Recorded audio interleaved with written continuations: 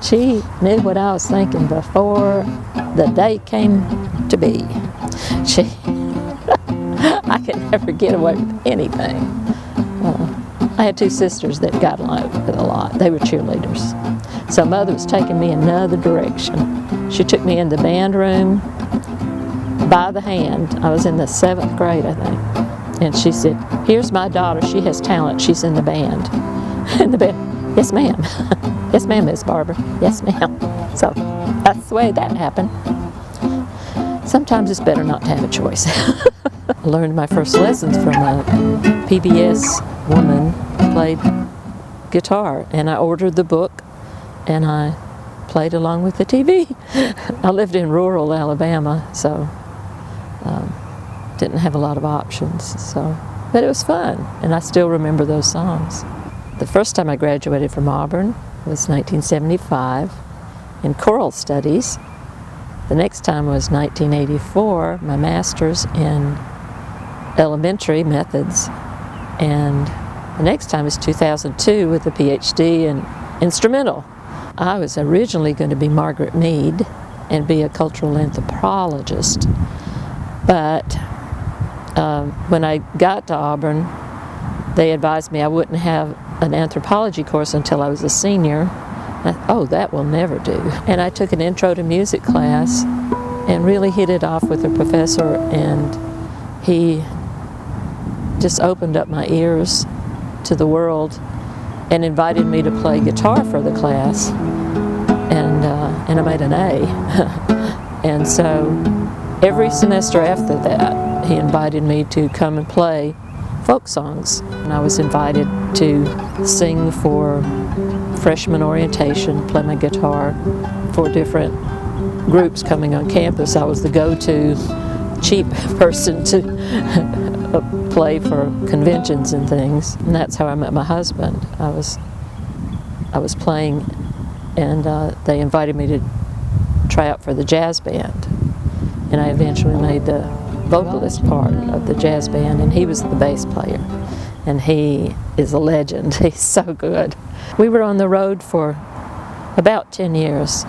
We had an agent in Illinois, and he booked us from South Carolina to Colorado.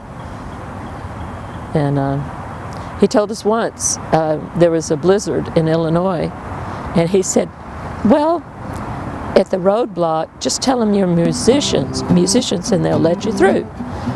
And we couldn't decide if that was because we were important or we were expendable. But we didn't really say that. We went another way and ran into a flood. So we made it on time, though. We were on the road pretty much during the urban cowboy days, and that was kind of nice for two people to play, because it wasn't highly produced music at all, not a lot of instruments. The guitar I brought today was one that I taught middle school with in the 90s. And there's so many students that I taught that can blow me out of the water with what they can do. But they remember the guitar, that guitar, because I put little stickers where the A is, and I put a sticker where the C is. Just the note.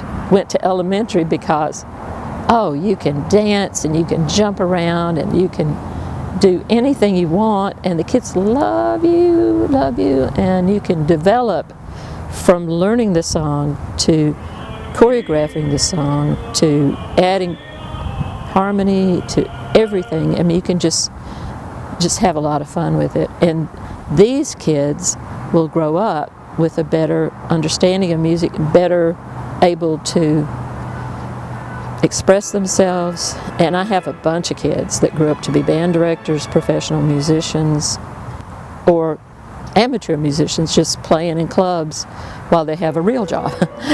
But I'm real proud of that. I love my husband, I love my daughters, but I have gotten such fulfillment out of teaching. It's just, every student is important. Every student has such potential. Music should elevate humanity, I think.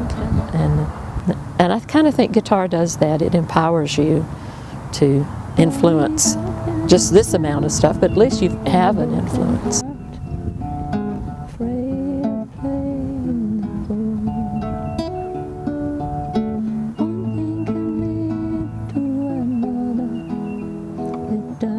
taken sadness.